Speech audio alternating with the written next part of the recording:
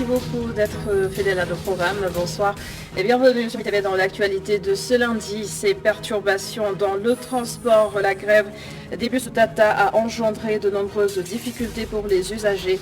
Chauffeurs et receveurs ont boycotté le service pour protester contre de mauvaises conditions de travail. Démarrage polémique de la campagne agricole 2021-2022. Les producteurs de maïs de Taïba Niassène lancent un SOS à l'État du Sénégal. Ils n'ont pas encore reçu d'engrais et risquent de perdre leurs investissements. Alerte rouge dans cette édition, le coronavirus continue sa progression. Troisième vague, nombre de cas en hausse et circulation des variants. Comment faire face? Nous avons sollicité la lumière de l'épidémiologiste Dr Cher Sorna. Ses explications dans quelques instants.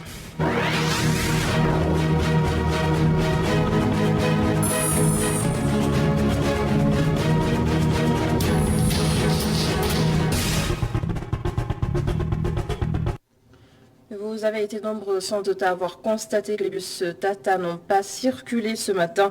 Le scénario risque de se reproduire demain encore puisque les chauffeurs et receveurs des bus AFTU sont en grève de 48 heures donc. Ils veulent travailler dans de meilleures conditions et l'arrêt de ces transports en commun est immédiatement ressenti par la société exploitante.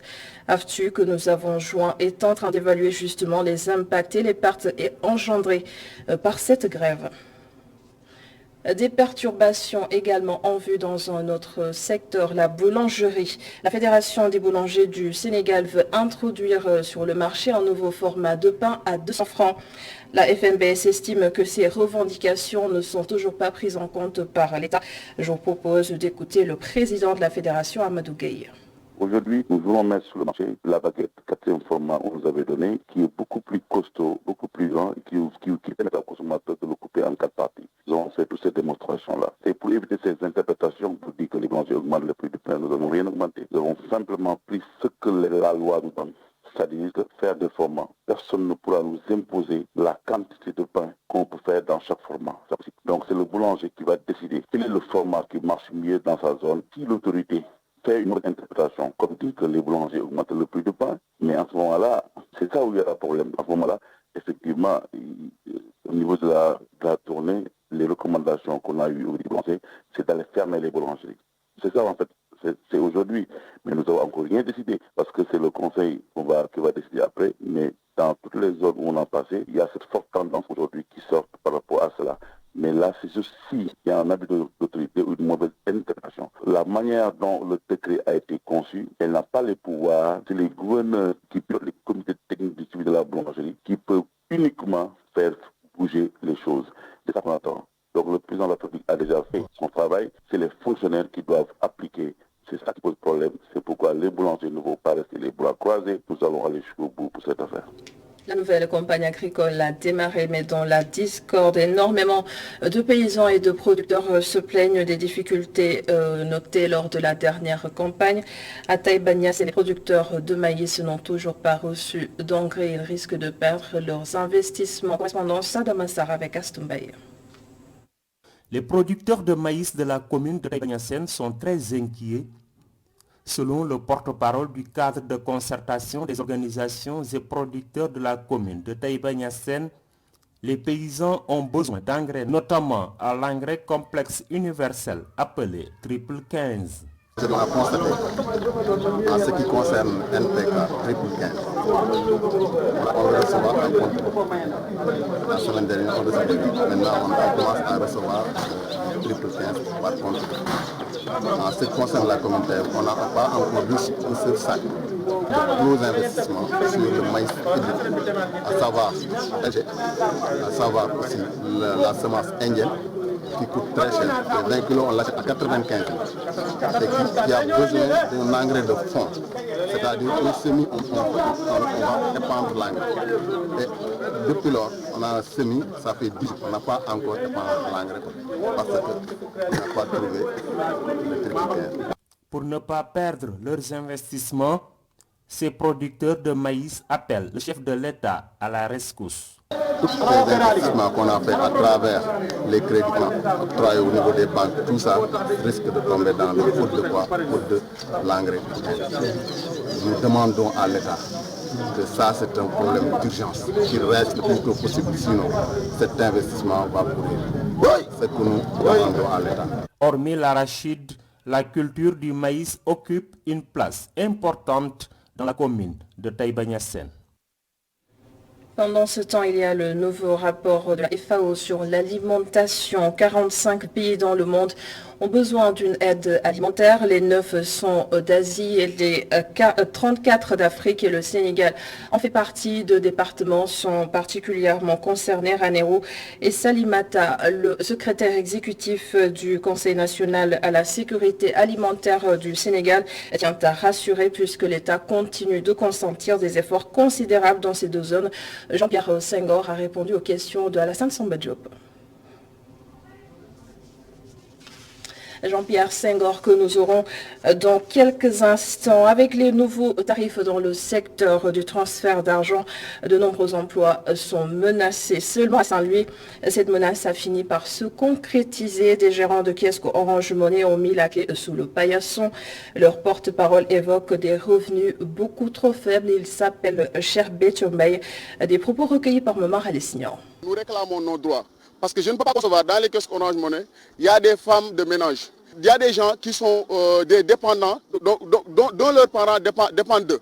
Mais ces gens-là, je ne peux pas concevoir à chaque instant, on constate une baisse des commissions. À chaque instant, donc ça se répète particulièrement, à chaque instant, ils ont tendance à baisser nos commissions. Donc là, même dans les kiosques, les conditions de travail sont vraiment dures. Parce que des fois, même quand il y a inondation, donc on n'arrive pas à bien travailler dans nos kiosques. Donc maintenant, le problème fondamental, c'est la baisse des commissions. Et à chaque instant, à chaque fin du mois, on constate que il y a des gens des fois, qui ont des salaires qui ne dépassent même pas 15 000 francs. Donc maintenant, nous voulons que les salaires de base qui avaient auparavant, que ça revienne. Donc c'est ça ce que nous réclamons. C'est la raison pour laquelle que nous sommes sortis. Parce que là, moi, je peux dire que l'État du Sénégal est en train de nous regarder. Parce que je ne peux pas concevoir des gens qui viennent d'extérieur hypnotiser leurs petits-filles, leurs petits-fils, leurs petites-filles. Donc des gens qui n'ont pas de travail, des gens qui sont diplômés. La majeure partie d'entre eux étaient à l'université. Donc, mais là, ils ne pouvaient pas supporter les conditions dont leurs parents vivaient. C'est pour cette raison qu'ils ont manqué à les études pour venir travailler, pour venir en aide de leurs parents. Donc nous, ce qui nous intéresse, c'est que les salaires de base qu'on avait auparavant, les 50 000 plus les primes, que ça puisse revenir. On a décidé de fermer les kiosques pour une semaine. Et nous lançons un appel à tous les agents, tous les prestataires qui travaillent dans les autres régions, qui sont en train de vivre les mêmes conditions que nous. C'était la semaine dernière, cette importante saisie de faux billets, près de 500 millions de nos francs à Keur-Massari. Si vous vous souvenez, il y a 2 ans, le député Seydina Fall Bougazeli avait été arrêté pour une même affaire de trafic de faux monnaies en liberté provisoire. Depuis, il demande maintenant à être jugé. Des propos recueillis par Migui Maram Diaye. C'est une question. Ousmane Sonko du Sénégalais. Depuis 2 ans, je suis en liberté provisoire. Mais pourquoi cela doit déranger? Ousmane Sonko est placé sous contrôle judiciaire dans l'affaire du viol présumé et cela ne choque personne. Est-ce qu'il est plus militant que moi? Mes avocats ont suivi toute la procédure normale et la liberté provisoire m'a été accordée. Rien d'anormal dans tout cela. Mais retenez une chose, j'attends avec impatience la tenue de ce procès pour que les Sénégalais puissent voir que je suis blanc comme neige dans cette affaire. Je n'ai rien à me reprocher dans ce dossier et le doyen des juges avait bouclé cette enquête depuis très longtemps avant même que je ne bénéficie d'une liberté provisoire. Et aujourd'hui, toutes les personnes qui étaient arrêtées dans ce dossier sont libres. Mais rassurez-vous, je suis prêt à me mettre à la disposition de la justice dans cette affaire de faux billets. L'Assemblée nationale est en plénière depuis ce matin. À l'ordre du jour, le projet de modification du code électoral. L'opposition parlementaire considère qu'il n'y a pas de modification majeure. Elle réclame par ailleurs le bulletin unique et la fin des cumuls de fonctions. Et du côté de la mouvance présidentielle, on préfère mettre l'accent sur les avantages du nouveau code électoral. Et selon le premier vice-président de l'Assemblée nationale, Abdou Mbow, le dialogue est déjà fait. Coronavirus à présent, alors que le variant Delta, bien plus contagieux, se répand comme une traînée de poudre. Le nombre de cas confirmés ne cesse d'augmenter au Sénégal. 334 nouvelles contaminations ce lundi avec 2 décès. Un constat amer qui se conjugue avec un relâchement des populations. L'épidémiologiste Dr Chersorna appelle à changer de stratégie vaccinale, mais surtout de stratégie de communication. Regardez. Je pense que les raisons, c'est le relâchement global, général, au niveau du sommet de l'État, de tout le monde, du Sénégal lambda, tout le monde. Nous avons tous baissé les bras. Nous sommes en train de banaliser cette maladie et c'est très dangereux.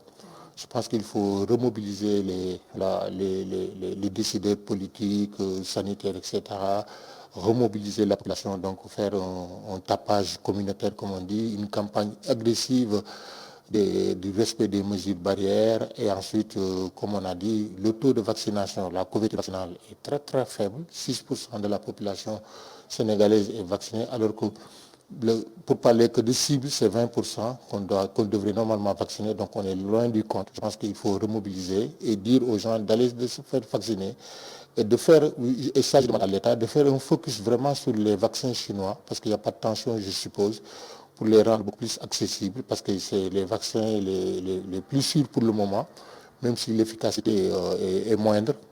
Mais c'est des vaccins qui sont très sûrs. Je pense qu'il faut aller aussi dans ce qu'on appelle traquer les variants, parce qu'actuellement les variants prennent dessus sur le virus classique. Les derniers résultats que j'ai eus, c'est parce que 30% sont des variants, alors qu'on n'est même pas à deux mois des variants au Sénégal, surtout le variant Delta. Il faut traquer ça, il faut voir la symptomatologie au niveau de la prise en charge clinique. Voici maintenant ce que dit le nouveau rapport de la FAO sur l'alimentation. 45 pays dans le monde ont besoin d'une aide alimentaire. Les 34 sont des pays africains. Le Sénégal en fait partie. 2 départements, Ranérou et Salimata. Et selon le secrétaire exécutif du Conseil national à la sécurité alimentaire du Sénégal, l'État continue de faire des efforts dans ce sens. Jean-Pierre Senghor, joint par Alassane Samba Diop. La Covid l'année dernière, je veux dire que si l'État n'était pas intervenu, je crois qu'on aurait eu beaucoup plus de difficultés, beaucoup de problèmes. Et l'État a pris les choses en charge en apportant un appui à 1 million de ménages. Et ces ménages-là vont au-delà des ménages qui, de façon classique, sont souvent confrontés à l'insécurité alimentaire. Cette année, c'est le même travail que nous avons fait. C'est-à-dire que la pandémie jouant aux prolongations, les mêmes causes produisant les mêmes effets, cette année aussi, on a essayé de voir concrètement ce qui se passait. Mais contrairement à ce qu'on attendait, on se rend compte que cette année, au mois de mars où nous avons fait l'analyse, aucun département n'était en crise. Et lorsqu'on s'est projeté au mois de juin, juillet, août, période de soudure, les 2 départements qui sont apparus en phase crise, et jamais on restait en l'état si on ne faisait rien. Donc c'était Ranérou et Salimata au sud-est du pays. Voici les 2 départements qui apparaissent dans l'analyse des zones à risque. Maintenant, une fois qu'on a dit ça, il faut quand même relativiser et dire que ce n'est pas parce qu'un département n'est pas en crise qu'à l'intérieur de ce département-là, il n'y a pas de population qui serait en difficulté. Éducation à présent, le campus franco-sénégalais a officiellement été lancé avec cet objectif, suivre des cours au Sénégal, obtenir un diplôme français sans se déplacer. D'autres nationalités africaines et même européennes pourront bénéficier de la formation. Plus de détails dans ce sujet réalisé par Seynabou Babou. Du nouveau sous-tropique, la possibilité de rester au pays et d'obtenir un diplôme français. Ce sera grâce au campus franco-sénégalais, une mutualisation des expériences universitaires pour créer des formations en adéquation avec les besoins de développement. Cheikh Omar Ad, ministre de l'Enseignement supérieur. Une volonté commune de mettre aux expériences universitaires, d'intégrer de façon progressive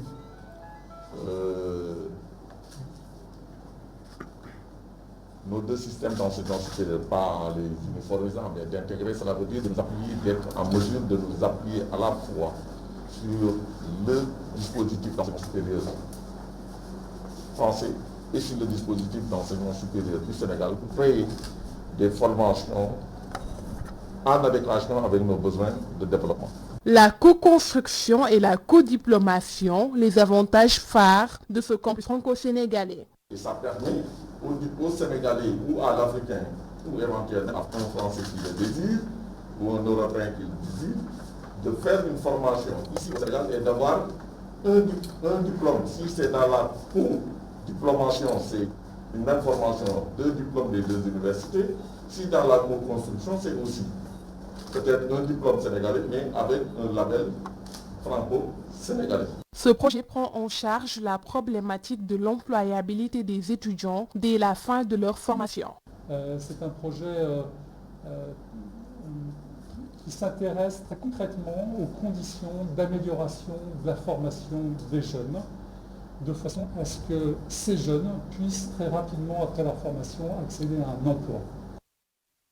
Chaque année, près de 6 000 Sénégalais quittent le pays pour la France. Ce campus franco-sénégalais vient rapprocher les universités françaises pour plus de commodité à tout point de vue. Merci beaucoup.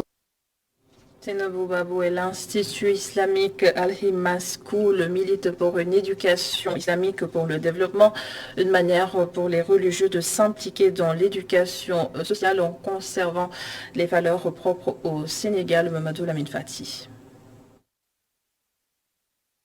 L'authenticité de la formation et l'éducation islamique ne doit pas être un frein au développement, selon Imam Moustapha Gueye Badar de l'Institut islamique Al-Himma School. muy projet boo xam ni dañu bëgg xale yi di jàng alxuraan waaye ci biir jàngu alxuraan bi ñu boole ci enseignement général bi boole ci it anglais ndax mooy langue internationale bi nga xam ni li ëpp ci xam-xam yi adduna yi fi mu toll ci lañ ko bind. ñu bëggoon a waajal na jullit boo xam ni day xam boppam xam réewam xam li réew mi di doxee. C'est un projet qui permet à l'enfant d'apprendre le Coran, en même temps l'enseignement général et l'anglais comme une langue étrangère, pour préparer le musulman à participer au développement. Une manière aussi d'être authentique tout en conservant nos valeurs islamiques. yokkal ko ci boppam ndax ay jullit lañ kon da nga war a xam lan mooy l'islam xam sa bopp xam nga nekk sénégalais loolu la ñu authenticité waaye authenticité it dàqowut ak ouverture muy ànd ak jamono xool li nga xamante ni moom la jamono laaj ci loo xam ne wuute ak sa diine nga def ko kon loolu mooy projet bi incha allah taala. Pour participer à l'éducation et à la protection des enfants, les centres islamiques ont un rôle primordial à y jouer. loolu warugar la ni nga ko waxee xale moom li ñuy wax ne nature. C'est notre devoir d'éduquer nos enfants parce que la nature a horreur du vide. Donc il faut qu'on participe à l'éducation. li ci ëpp boog loolu la ak it ñàkk a waajal bu ko defee jaadu na yii nii képp koo xam ne am na barab boo xam ne mën nga ko faa defee. Une journée sant Yàlla de récital de Coran dédiée à Serigne Mourtada Mbacké Ibn Khadim Rasoul qui a permis aux pensionnaires de l'Institut islamique Al-Himma School de revisiter le Saint-Coran. Une occasion pour l'imam Moustapha Gueye Badar d'appeler à revoir l'éducation des enfants.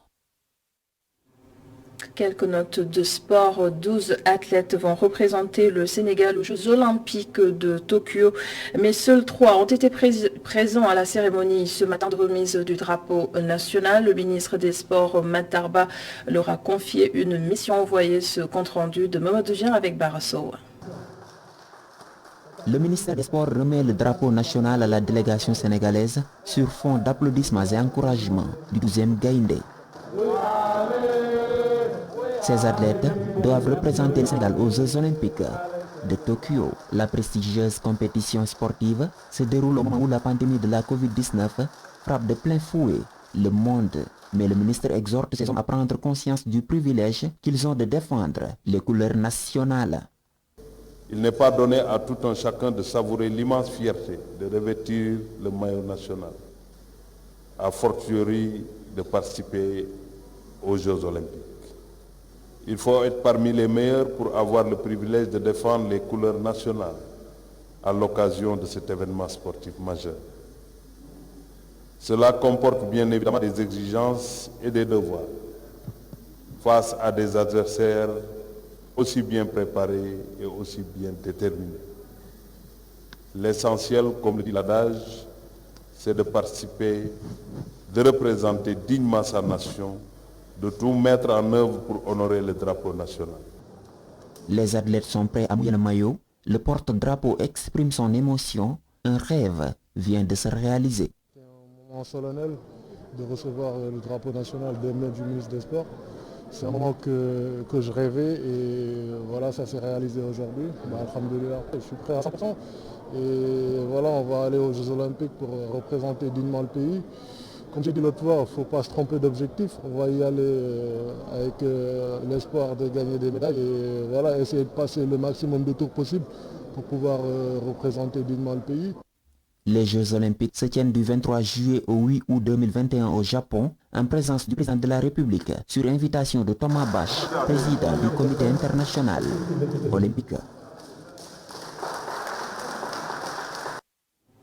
Et Teungueth FC est officiellement champion du Sénégal. Niaritali, Niambour, Gorée, Stade de Mbour et CNFC Excellence devront batailler dur lors des prochaines journées. En Ligue de Guédiawaye traîne encore les pieds. Voyons tout cela avec Cher Diop. C'est maintenant officiel. Teungueth FC est sacré champion du Sénégal. Un titre acquis grâce à une victoire 2-1 ce samedi face au Stade de Mbour, mais également un match nul de Génération Foot face à l'AS Douanes. Un but partout. Les Grenats ont laissé filer leur dernière chance d'être champion cette année. Un premier titre historique pour l'équipe de Rufisque, entraînée par Youssouf Dabo, qui après son élimination en Ligue des Champions a su se concentrer sur le championnat. Les Jambars ont corrigé l'AS Pikine à Sali, 4-0. Giraffe et Casasport n'ont pas pu se partager 0 but partout à Amadou Bari. Vainqueur et soulagé, c'est le cas de Mbour Petite Côte ce dimanche.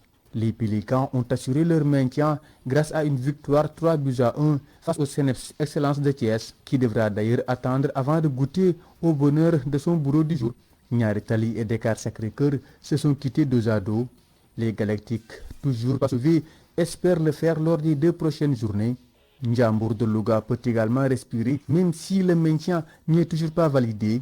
Au stade Albouri Ndiaye, les Noirs et Blancs sont sortis victorieux de la finale de la montée qui les opposait à l'US Gorée, 1-0. Concernant les buteurs, Manfo Kane du Casasport est toujours le meilleur, avec actuellement 10 réalisations. En Ligue 2, Guédiawaye continue de décompresser.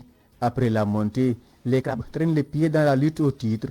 Ce week-end, ils sont allés perdre à Fatick chez Diamono 2-1. Ils ne disposent désormais plus que de 2 points sur le dauphin, la Linguère de Saint-Louis. Ces Samba Linguère d'ailleurs ont été accrochés 0 but partout par les étudiants de Dakar University Club. Ouakam ne décompresse et ne désespère toujours pas pour la montée. Il a battu Thiès FC 2-0 et reste à 6 points de la Linguère à 2 journées de la fin. Et pour terminer, Port Autonome de Dakar a étrié Africa Promo Foot, déjà relégué en national 3-0.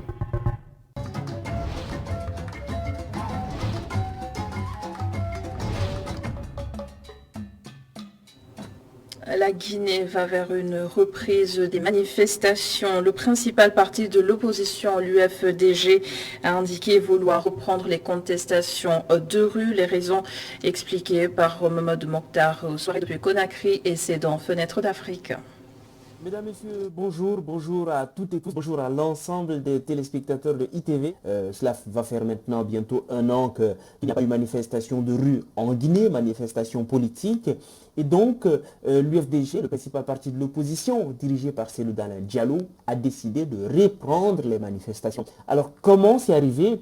Il faut dire qu'il y a à peu près 2 semaines, la branche jeune de ce parti a demandé au président de ce mouvement politique donc de revenir et de répondre les manifestations. Cellou Dalein Diallo avait à l'époque donc demandé qu'on lui laisse le temps d'étudier, d'observer et de donner ensuite un retour. Donc c'est finalement hier, lors de l'AG virtuel de ce mouvement politique, qu'il a donné suite favorable donc à la demande des jeunes de son parti. Il a en effet annoncé la reprise des manifestations pour bientôt, notamment après, disons, la fin des examens qui sont prévus, des examens de fin d'année, qui sont prévus normalement fin de ce mois, début du mois prochain.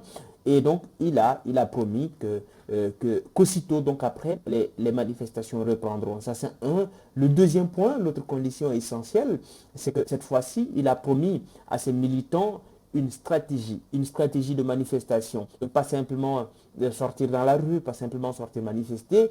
Il faut réfléchir à une approche réelle qui puisse éviter peut-être des blessés, des emprisonnements, etc., etc. En tout cas, une approche intelligente, entre guillemets. Et là, après donc ces deux aspects, il a promis donc de reprendre les manifestations. Et c'est une mesure, une actualité qui a fait réagir le gouvernement, parce que ce matin donc, le porte-parole du gouvernement, en l'occurrence Thibou Camara, dans un article d'opinion envoyé à quelques sites d'information guinéens, il est revenu et a estimé que certes la manifestation c'est un droit constitutionnel, mais il a dit attention, la manière de manifester, la manière dont ce droit est exercé et pratiqué en Guinée est à peu près illégale. Voilà ce qu'il faut, pour résumer un peu ce qu'a dit le porte-parole donc du gouvernement. Et pour terminer, il a invité donc les bonnes volontés, notamment les médiateurs et entre autres les hommes religieux qui depuis un certain temps s'impliquent réellement dans le dénouement de la crise guinéenne. Il a invité ces derniers à vraiment inviter les différentes parties donc autour de la table pour discuter. Celui d'Alain Diallo lui a posé une condition essentielle. Il dit il ne va dialoguer que seulement si le gouvernement libère les prisonniers, ces militants en prison. Et puis l'autre point essentiel également réclamé par celui d'Alain Diallo, c'est que lors de ces manifestations, qu'on évite de blesser ou de tuer ou d'emprisonner tout simplement ces militants. Voilà à peu près ce qu'il y a lieu de retenir. C'est une actualité diversement appréciée en Guinée. Pour l'écrasante majorité, vous savez, des Guinéens gagnent leur vie au jour le jour. Donc les manifestations, je dois vous dire que ça n'arrange pas beaucoup de monde. Et c'est clair, aujourd'hui, on observe un peu apeuré, on observe en tout cas, et pour l'instant, et on espère aussi un dénouement heureux.